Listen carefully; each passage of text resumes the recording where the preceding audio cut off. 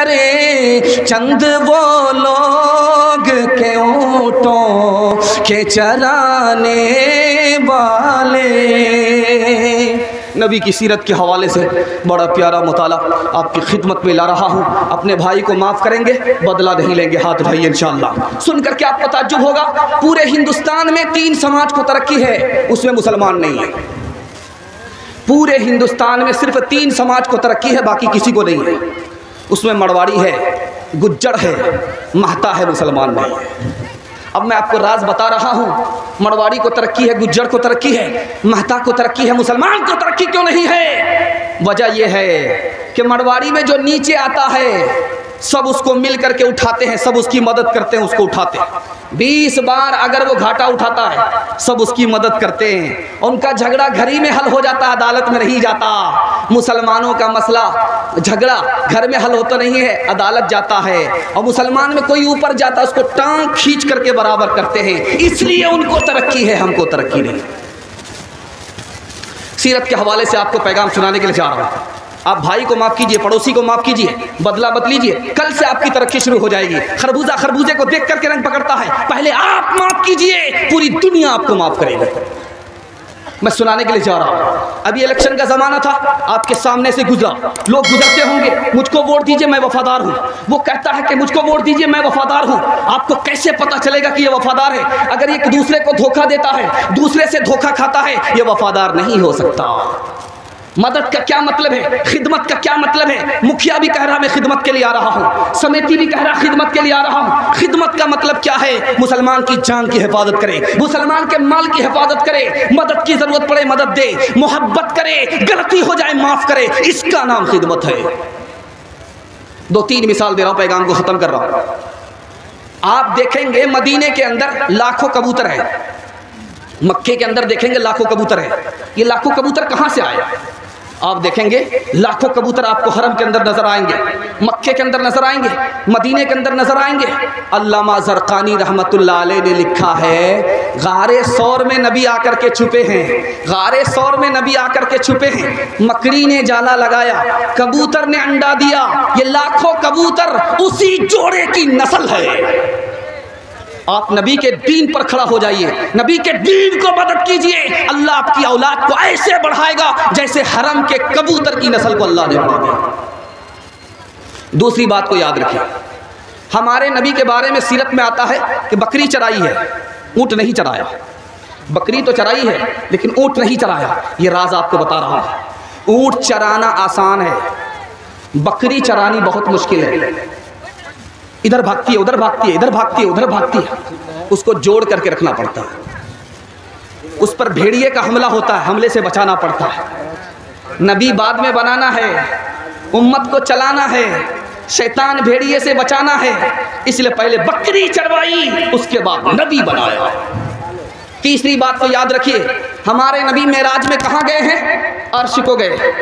अर्श कौन सी जगह है? जमीन को तय करने के बाद, आसमान को तय करने के बाद, एक आसमान के बाद दूसरे आसमान, दूसरे आसमान के बाद तीसरा आसमान, सारे आसमान को तय करने के बाद तब आदमी अर्श को पहुंचता है। उसके बाद दुनिया खत्म है, नबी को बुलाया जा रहा है अर्श पर। 2 मकसद से बुलाया गया। दुनिया को बताना था, तुम जिस नबी को जलील करना चाहते थे, जिल्लत की पस्ती में लाना चाहते थे, देखो हम इज्जत की चोटी पर ला करके दिखा दिया। और अर्श के बाद दुनिया खत्म है, इस नबी के बाद कोई नबी आने वाला नहीं है, ये आखिरी नबी है, इसलिए नबी को मेराज हुआ। 3 बातें आपके सामने आ रही हैं सीरत के हवाले से।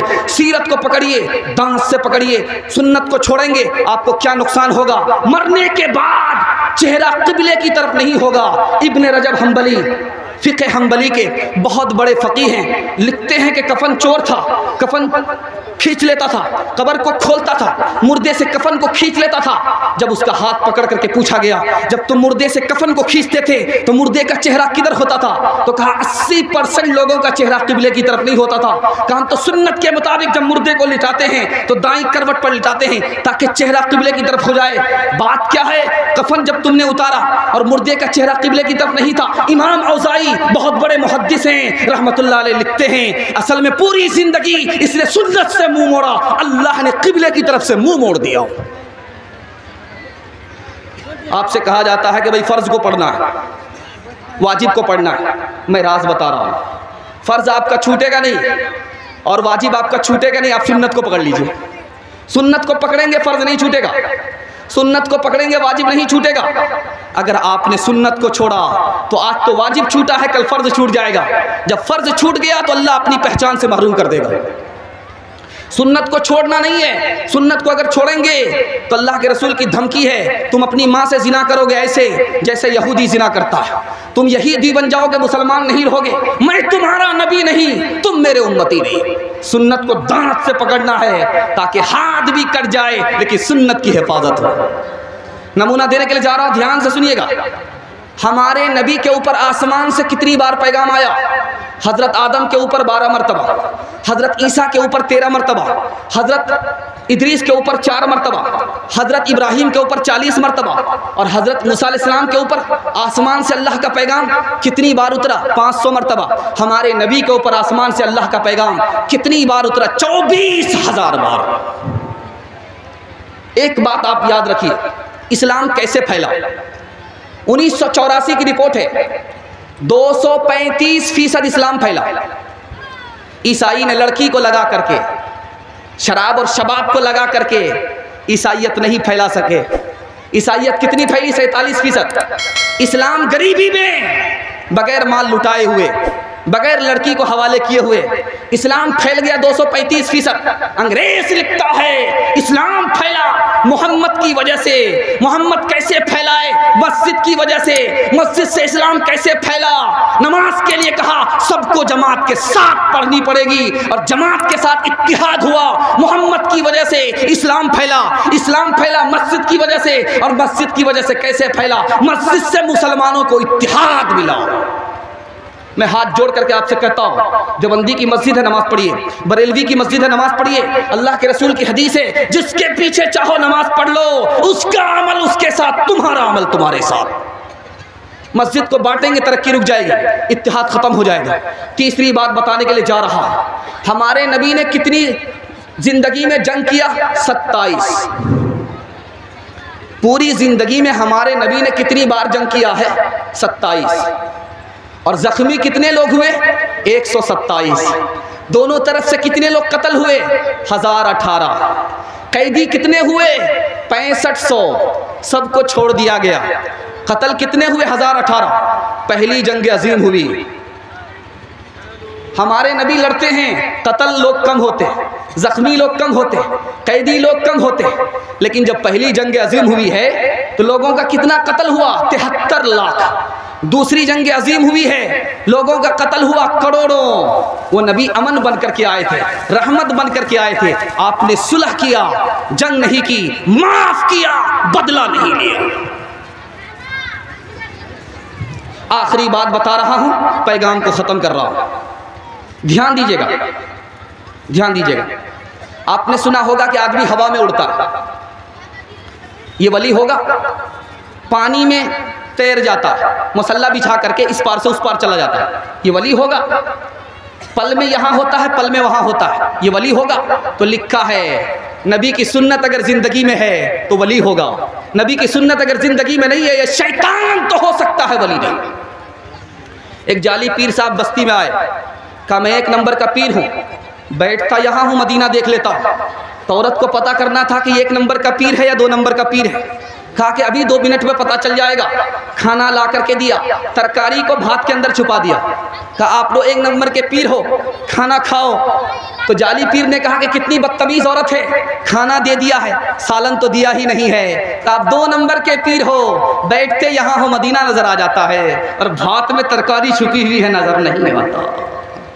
कौन है तारिके आईने रसूले मुख्तार, हकीकत खुराफात में खो गई, ये उम्मत रिवायात में खो गई, हकीकत खुराफात में खो गई, हकीकत खुराफात में खो गई, ये उम्मत किस्मत रिवायत में खो गई, बुझी इश्क की आग अंधेर है, मुसलमान नहीं राख का ढेर है, बुझी इश्क की आग अंधेर है। जवान बड़ी तादाद में बैठे, माँ बहनों के हवाले से, निकाह के हवाले से आपको सुनाने के लिए जा रहा हूँ। ये मेरा आखिरी पैगाम है, आप लोग सुनने के लिए तैयार हैं? दोनों हाथ उठाइए इंशाअल्लाह। आप लोग जब जोश के साथ हाथ उठाते हैं, महसूस होता है कि आप लोग थके नहीं हैं, बेदारी के साथ आप सुनने के लिए बैठे। बहुत प्यारा मुताला आपकी खिदमत में लेकर के आ रहा हूं, इसको ध्यान से सुनिएगा।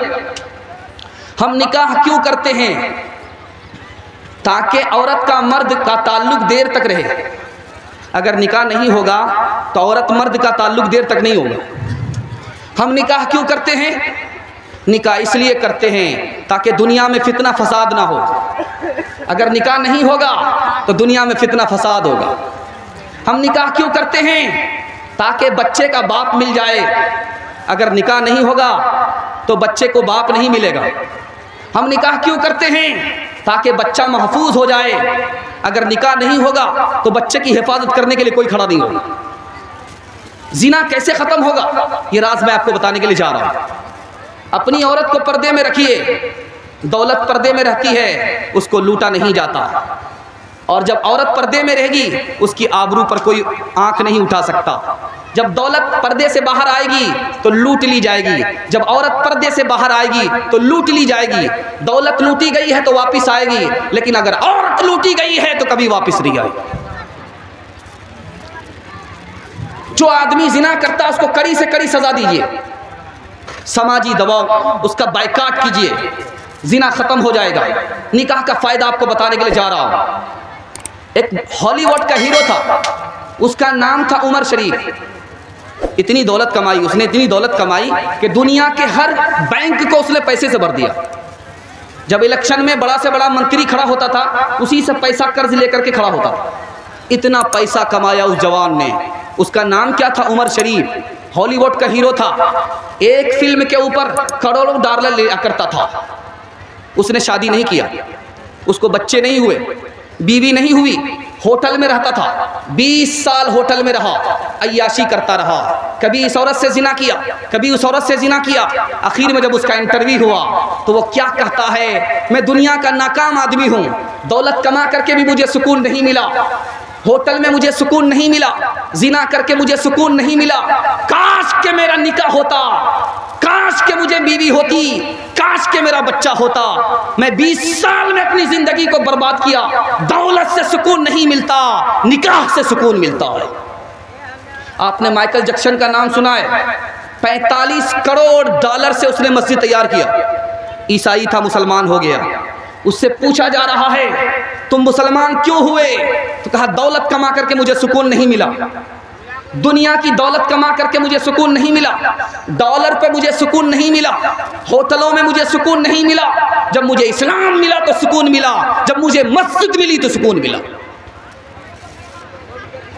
निकाह 5 तरह का होता है, इसको जरा ध्यान से सुनिएगा।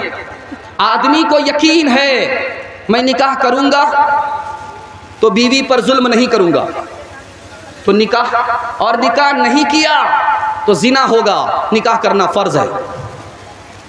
उसको यकीन है, उसको गालिब गुमान है, अगर मैं निकाह नहीं किया तो जिना में पड़ जाऊंगा, अगर मैं निकाह किया तो निभा दूंगा, तो निकाह करना वाजिब है।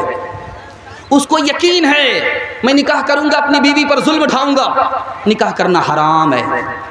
उसको गालिब गुमान है मैं निकाह करूंगा अपनी बीवी पर जुल्म करूंगा, निकाह करना मकरूह है। उसको ये गुमान है मैं निकाह करूंगा तो बीवी पर जुल्म नहीं करूंगा, निकाह नहीं करूंगा तो जिना नहीं करूंगा, निकाह सुन्नत है। औरतों पर कैसे जुल्म होता है मैं आपको बताने के लिए जा रहा हूं। बर्तानिया में 40 लाख औरत मर्द से ज्यादा है, जर्मनी में 50 लाख औरत मर्द से ज्यादा है, अमेरिका में 78 लाख औरत मर्द से ज्यादा है, रूस में 70 लाख औरत मर्द से ज्यादा है, पाकिस्तान में 1 करोड़ औरत मर्द से ज्यादा है। हिंदुस्तान वाहिद मुल्क है इसमें मर्द ज्यादा है औरत कम है। उसके बाद भी कहा जा रहा हम दो हमारे दो, अगला बच्चा अभी नहीं, दो के बाद कभी नहीं। सोचना चाहिए कि आपके मुल्क में मर्द ज्यादा है औरत कम है। आगे चल कर के क्या होगा? दुल्हन कहां से लाओगे? बेटा के लिए बहू कहां से लाओगे? इसलिए बच्चे का खून मत करो, वो अपने हिस्से का रिस्क ले करके आता। अब मैं आपको सुनाने के लिए जा रहा हूं। एक मर्द का निकाह एक औरत से हो गया और यहां कहा जा रहा है कि जिना करो लेकिन निकाह मत करो, जिना करो एक से ज्यादा निकाह मत करो, जिना करो एक से ज्यादा निकाह मत करो। अब हम भी पाबंद हो गए, बेवा से निकाह करने के लिए तैयार नहीं। हम भी पाबंद हो गए, जिना कर रहे हैं, निकाह नहीं कर रहे हैं। अब क्या होगा? उन औरतों का क्या होगा जो बच गई? एक मर्द का निकाह एक मर्द से हो गया, जो औरत बच गई उसका क्या होगा?